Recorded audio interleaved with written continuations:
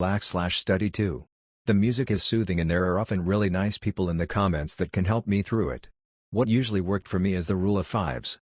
Anything that's getting me worried or worked up, ask myself, will this still be a problem in 5 minutes? 5 hours? 5 days? Etc. Things become a lot less scary when you realize they hardly ever make it past the first 2 questions. Honestly, Xanax is a literal lifesaver for me. Same. I'm only needed when a full panic attack happens which, fortunately, is only every few months. Prozac helps manage it daily. I have to find a doc who will write it for me though. So many people abuse it in my area it is hard to get docs to agree to prescribing. Same. My boyfriend and I both have anxiety and he gets a prescription of Xanax and my doctor won't give me one, probably because it's highly abused. I know it would help me but she still won't prescribe it. Maddening. I listen to music. I have 700 plus songs in my playlist, on a physical SD card. I have one for pretty much every occasion, everything from a funeral to rough sex, all within certain bounds of my taste. Do you have one for crashing a funeral? What about crashing a funeral with rough sex? Depends if you make meatloaf. Musical note, I would do anything for love, but I won't do that. Musical note. I have 3 approaches: physical, long-term, and short-term. Physical, avoid sugar and carbs, get 8 to 9 hours of sleep every night, wake up at same time every morning, exercise every day. Long-term, gradual controlled exposure to things that cause me anxiety. For example, if I'm afraid to talk to strangers, which I was, I start by going to a public place and keeping to myself. Next time I might make eye contact a few times, or maybe smile. Next time I'd ask someone for the time, or talk a little with a cashier. You get the point. Short term, I focus on my breathing, and remind myself of other situations where I was anxious, and it turned out okay. Instead of pushing the anxiety away, I accept it and pay close attention to how it feels, the slightly sick feeling, the quick heartbeat, ect. I just pay attention to the physical sensation and accept that it will be there while I do whatever it is that needs to be done. I have generalized anxiety disorder and major depressive disorder. Because of this I tend to constantly be thinking and overthinking things to the point of being anxious. I find that I cope the best when I look at situations from an outside perspective. So, rather than thinking how am I going to handle this, I think how should they handle this? Disconnecting myself takes the pressure off. It can confuse people sometimes though because it gets to the point that I refer to myself as we despite considering myself to be one person with singular pronouns. I also bounce my leg a lot, so there's that. I was diagnosed with both of those disorders in 2008 in my 30s. Went to the hospital a couple times, once in an ambulance, before I figured out what panic attacks were. I was on medication for a few years and went to therapy. You can get through it. I have been free and clear of it for many years now. While I still do feel anxiety creeping up on me occasionally, it hasn't affected my life. I have a family, stable job, group of friends, and travel a bit. PM me if you want more details about what I did. Mostly unhealthy methods. Working too much. Drinking too much. Constantly thinking about what is triggering the anxiety. A child therapist told my daughter that sometimes anxieties and fears are like a plant. You water it, talk to it, tend to it, it thrives. You neglect it, it withers. The strategy that worked for her is to set aside her fears, and have 1 5-minute period every evening before dinner where she talks to us about her fears and worries. Then, we leave the rest till the next day. Mind you, this is about getting a 7-year-old to stop obsessing about bees in our yard, snakes at her school, cancer, whether her diet is healthy enough, dying in a shipwreck, we live in suburban Atlanta and she's never been on a boat of any kind, etc. This worked wonders for her. It's not really suppressing, it's using mindfulness to realize that there is no danger right this moment, and to postpone talking about the spiraling thoughts until the evening vent period. You're a good parent. Your daughter is immensely lucky to have you. Sounds like great parenting on dealing with cancer and shipwreck fears. Why are there so many bees in your yard and snakes at her school? There aren't. She got stung by a bee last year, and thinks she saw a snake in the woods at her school. It's a nature school, so they're always outside, in the woods, gardening, tending horses, etc. It's not like a snake slithered into a cafeteria or something. A nature school reminds of a certain school in the northern suburbs of Atlanta. Smile. Breathing in my nose and out of my nose. When we start breathing through our mouths and panting, it signals our body we are in trouble. If you stay through your nose, it helps you remain incredibly calm. I just used this technique recently and it changed my life. Highly suggest, heart. I was told by a counselor recently that people who have anxiety tend to take very shallow breaths. Since he said that, I've paid more attention to my breathing and it makes such a difference. I feel more alert, less worried about random things, and don't yawn nearly as much as I used to. Couldn't agree more. Certainly nor doing something to change your appearance. Nothing says I'm trying to cover up a mental breakdown quite like doing something drastic to your hair. Many pixie cuts later I finally decided I should stop chipping all my hair off when I get stressed lol. Geez. If that works for you then cool beans, but I can't even imagine how anxious I'd be if I changed something and people called me out on it or didn't like it. I don't know if this is the healthiest, but I have no worry times. These are just 2 hours of my day I put away where I don't worry about anything, and then I'll do the worrying later. It took me a while to get used to, but it helps. Also taking shower helps for me, but I don't know if that's just me. I wish showering would help my anxiety. Showering is really difficult for me. I normally need some kind of stimulation to keep my mind busy, whether it's music or looking out a window etc. But in the shower my anxiety takes over because there's nothing else to look at or listen to. I've been playing music in the bathroom lately, which sometimes helps, but it's still hard to not lose it on a bad day. Podcasts or audiobooks fix this for me X.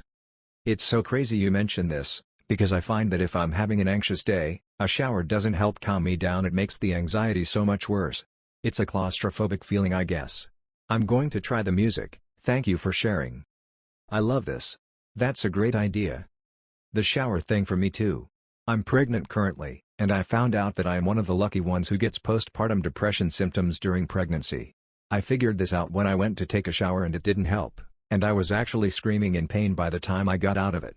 I was able to get help and a few weeks later, we're doing much better. I feel normal again. Used to get major panic attacks and anxiety, distractions helped me. Sometimes heading outside with some music and headphones while going for a walk to get some fresh air helps. Massages help.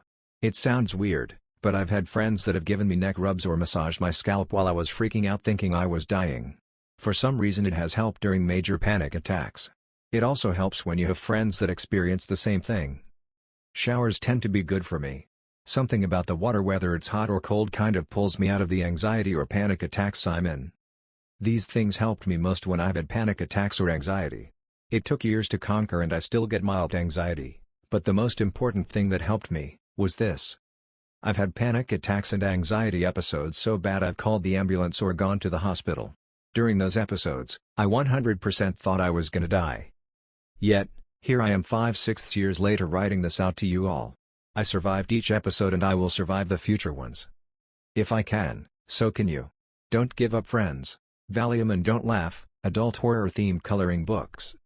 If this helps, I'm a software developer and at one of my jobs, they passed out coloring books after some stressful times. There was a bunch of grown men at work all sitting around a table having fun filling out coloring books. We had meetings that were just large blocks of time for nothing but coloring. And you know what? It worked. Got everyone to focus on something else and do a task that didn't really matter. Really refreshed people and helped us come up with some good solutions. Coloring books are a damn effective stress reliever. Sounds fun. Remember that anxiety will likely always be with you, but know that you are driving the car. When anxiety tries to drive, say no, I am driving, you go back to your seat. Personifying my anxiety helped a lot. I can now easily identify when I am talking and when my anxiety is talking. Clean my room till you are bored. Sounds dumb, but if you put a bit of music on, it distracts you and gets something productive done too. If this is you looking for advice, best of luck with your anxiety, man. Okay, but this is the last time I'm cleaning your room.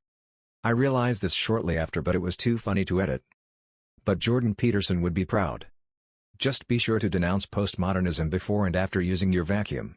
One technique that I was taught, which I actually find to be quite good, is to ground yourself. Pick 5 things you can see, 5 things you can hear, 5 things you can touch, etc. The 5 can be any number, and is probably better a bit lower, because of lack of answers, but the concept is still the same. It's supposed to get your mind working in the right way when it's being flooded in the wrong way, and basically help you control the thought process. It's connected to CBT, cognitive behavioral therapy. How you think affects how you feel and how you behave and vice versa. If you are in an anxiety spiral, it's easier to think even more bad thoughts. Mindfulness is a method to jumpstart your way out of that type of spiral and instead focus on what is immediately in front of you. CBT is an absolute lifesaver for me.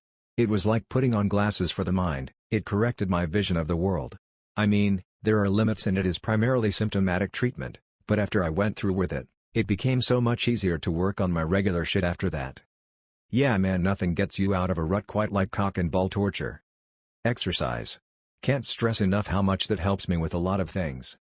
Everyone thinks I love going to the gym, but actually I hate it. I just need to go. Keeps me sane and fit. Exercise keeps the internal chatter to a minimum. It's almost like the voices get tired too. Too fucking true. I remember when I started going to the gym I was like, well I have this problem that I'm being anxious with, I'll think about it in the gym. Nope, it just went away for the time I was there, it's like a mute button to your thoughts most of the time. Self-awareness. When I realize my anxiety is bad, acknowledge it and come to terms with. If possible, think of why it's bad and realize it's temporary or just not worth getting anxious about. A step beyond this, for me, is to write out every anxious thought floating around. Typically, being anxious makes me snowball by thinking of all the things that make me anxious. When you take all these issues at once and try to juggle them in your head, it's easily overwhelming. So I make the time to write them all out, then I go back and respond to each one. Writing them out forces me to focus on each issue individually, understand what the source of my anxiety is for that issue, and consider how it might be rectified. By the end, I'm usually much less anxious because I've gotten everything out onto paper and considered it all individually rather than cumulatively. I am anxious because my paper isn't done yet and it's due in 2 days. If I don't get this paper done I'll probably fail and may not get my degree. Response: over the next 2 days there are at least 6 hours available to work on this paper, there are at least 8 to 10 hours if I reduce my sleep by a little. I know I can write a paper in less than 10 hours, so I know I'll have time. Tomorrow I'll do X for at least 3 hours, and the next day I'll finish with Y. Even if this paper isn't my absolute best work, it will still be a passing grade if I spend enough time on it. By passing, my overall grade is guaranteed to be good enough that I won't be kicked out. I'm anxious about my friend being mad at me, because I know I said something rude and hurt them. I don't want them to hate me or stop being my friend. Response: friends fight and people make mistakes. We've been friends long enough that they will likely forgive me. I should come up with a genuine apology and tell them how much I value them. I'll see them at an event Friday, so I want to send them this message by Thursday afternoon. Etc. Message: deep calm breathes. Funny enough, taking deep calm breaths actually makes me more anxious lol. It's almost like my brain knows I only do this when I start panicking, so I panic even more. Great strategy though, as I know it works for a lot of people. Same. 478 breathing was the exception, you might find it same for you. Otherwise, I recommend mindfulness. Super helpful, it's the meditation/soothing without the focus on breathing or the exact same rituals every time, that your brain learns and associates with anxiety the more you repeat. Or, you do what is recommended and do the calm breathing/rituals when calm often and consistently, so you train yourself to be calm when doing those things. But I don't know about you, I'm not that put together. My anxiety has hit an all-time high and it's comforting to me to see that I'm not alone. Thanks everyone for sharing. With as many people as there are in the world, there's always someone who can relate. Hope you start doing better.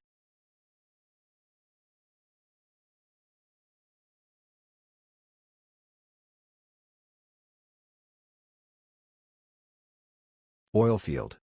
Oilfield implies upstream, drilling/fracking, offshore rigs, etc., but the same can be said for downstream, refineries, chemical plants, etc. For folks like operators, welders, and inspectors, there's hardly any educational requirement, and the biggest requirements are showing up on time, passing drug tests, and learning the procedures that others teach you. It's pretty easy to make six figures in those roles too. You'd be surprised with how hard it is to find people that show up on time and pass the drug test. Source: work in the oil industry. Took my comment. My company has a backlog of people they would like to fire for good reasons, but every new person we get proves unreliable and dishonest. Source: energy and data center industries garbage disposal service. Yep. I work as a sorter at a construction/demolition yard and am currently making $30 an hour as a 21-year-old. Plus, if you're lucky, your bosses might put you on extra training that qualifies you for even more work in and out of the industry. Only real big issue is how dirty I get. Still, $30 an hour. Hey, that's my job too. There's good money in it and you learn a truckload of skills along the way just working alongside so many different types of tradesmen. Yeah man, It's underrated cause how dirty you get, but so far I've gotten a free WHS cert, excavator ticket and general knowledge that I didn't have before. WHS cert? Yep, WHS cert may not be the best thing to call it, but it is the Health and Safety Representative course. The HSR role is a voted position by the elected worker's teammate. The role of the HSR is to represent the workers on safety issues when in that particular workgroup. I manage the yard, my coworker manages the truck drivers. It's a $700 course that I got for free that is recognized in most states in Australia. I use the legislation/cops etc. to make sure my bosses stay compliant/the workers feel safe. Traffic control.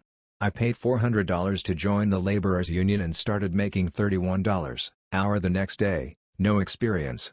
Absolutely the most boring job ever, but we traveled a lot and saved $1. What part did the laborers union play? Because I just googled it and see a posting for the job in my city for $15 per hour, but I'm more interested in this $31 per hour. The union provided insurance, retirement benefits and other things if you stayed for more than 10 years. The dues were about $45 a month. Train driver/conductor/engineer/whatever they are called in your country. That's actually something I might want to get into later. I'm currently getting an English degree at uni. Although there are quite some jobs in that field in the Netherlands, I might just reschool myself as a train driver a few years down the line. Only takes 2 years, the pay starts average and gets really good a few years in. I love traveling by train, and I feel like I would love the freedom feel of driving the train itself. Only downside to this job is the many suicides by train. Around 200 people every year. Yup, that downside caused our neighbor to stop with her job. Even therapy didn't help anymore with all the nightmares and anxiety she had. I mean, it's hard to see somebody jump in front of your train, and not being able to do anything to avoid it. Seeing what it did with her, I'm not so keen to try it. But if it wasn't for that, I wouldn't mind becoming a train driver as well. Also in the Netherlands BTW. I lost my brother 5.5 years ago when he committed suicide by jumping in front of a train. I hadn't talked to him in 6 years and hadn't seen him for 12 years, all because of a stupid argument and holding a grudge. He left everyone a note except me. Not even one word, yet wrote others full-page letters. He was my only family member I had left. Lost my mom to suicide at age 5 and my father had a massive heart attack in front of me at age 15. To anyone holding a grudge and not speaking to someone, just please pick up the phone and call them. I should have called him, I could have called him. Hardest lesson I've ever learned. Please don't be like I was. Make the call while you still can. I was on an Amtrak train a few weeks back. If you live in the United States, conductor told me that a quarter of their workers are retiring within the next decade and they need new people. He said you can start out at $70,000 a year with benefits and within 3 to 5 years could be making $100,000. No experience needed. That blew me away. I'd check it out if I were you. Edit: I don't work for Amtrak. I just heard this in passing from a conductor on a train in the Northeast Corridor. Take this post with a grain of salt and do your research. To be fair, a quarter of their workers retiring within the next decade doesn't sound like a high number. If they repeat that stat every decade, their average employee will have a 35-year career, which seems pretty reasonable. Edit: I made an unfair assumption in my initial mental math. I believe the average career would be closer to 40 years, not 35, given only the information we have. And baby boomers are a larger than average generation, so as they retire, I assume many industries will be losing a quarter of their employees in the next decade. That's assuming they can retire. If I'm not mistaken, as a whole, boomers are not saving nearly enough for retirement. And many of them just won't be able to. As a millennial, man, I just cannot wait until the boomers have one more reason to hate me. Before the millennials are refusing to take care of their aging parents. Articles begin. I clean garbage trucks for $38 an hour. Damn, what state? Union or non-union? In Australia, mate. You've got yourself a new neighbor. Anything that involves physical risk. Anything you can think of besides police or fire? I need a job and am fine with dying. U.S. Marines recruiting wants to know your location. He said high paying, not $19,000. If you get married in California, bump that up to $60K, and benefits. Plumbing. After your apprenticeship you can make $80,000 a year. U.S. salaries are insane. A qualified plumber here in UK is like $25K a year lol, and during apprenticeship lucky at $15K a year. That's probably because of the difference in prices. I was a plumber's helper for a couple years. The markup that goes on is unbelievable. It really is insane. I've saved myself hundreds, thousands, By knowing how to work with copper plumbing. Plumbers will often charge you $100.00 to install a new fixture, which can be done by most people in 30 minutes. Also, HVAC guys make a killing. I was taking quotes on a new system for an older home and was getting prices from $12-15K. Family friend fixed the unit for $175.00 and said he would rebuild the unit if I wanted and install a new compressor for $8K. He said it was the lowest he could go because he still had to make some money on the deal. My dad is a plumber and my mom worked with him in kind of the apprentice position. I worked with him a lot growing up. Most plumbers have a minimum charge to come out to your house, usually the cost of an hour or two of labor, because if they don't they won't make any money. A plumber's day consists of a lot of driving and most don't charge for that. They can't just clock in the morning and clock out in the evening and get paid for those hours. If every job for a given day is small, it can easily get to the point where you're in the truck half the day, not generating money. Plumbers charge what seems like a lot of money because they have to cover wages, fuel, consumables, keeping their license up to date, vehicle maintenance, tools, insurance both for their vehicles and for the homes they work in, and most have a shop of some kind somewhere that they need to pay for. My parents charged $95 an hour but they brought home less than half of it, before paying taxes and health insurance. They were also working as an individual, not for a larger company. With the two of them working, that money essentially counted as two wages for their situation. You're paying for their knowledge and the fact that you don't have to mess with it. Pipeline laborer. I got paid weekly. With LOA after taxes I was making $3,000 a week. 2 weeks of training and literally zero experience got me there. Can you tell me more? Also, you earn more than an engineer? Pipeline laborers and especially welders or other skilled workers can definitely make more than pipeline engineers in the right location at the right time. Sometimes much more. The work and wages are more volatile though, since OT plays a big role in the market, can get oversaturated and see wages go down. Diver for sewage plants. Some parts get stuck and need to be cleaned by hand. I mean, you'll grow extra fingers, but I suppose that just helps with maths. I work at a sewage plant and without diving still get paid good. $32 per hour. 12-hour shifts. Made just above $95K this year. I really don't think divers are used very often. You would need to dive in multiple settings or travel the world doing it in wastewater. Chemical plant worker. Started at $15/hour off the street with zero skills, 4 years later, at $30/hour. We work swing shifts, so every month you get 104 hours with $3/hour shift differential for afternoons, overnights, and 48 of those hours are time and a half. Throw in a reasonable amount of voluntary overtime, hit over $100K/annual, which I personally consider to be high paying. Edit to clarify, a full month rotation is 168 hours. 104 of them are on-off shifts with a differential pay bump, and 48 of the hours monthly are built-in overtime, 12-hour weekend shifts. Gonna try to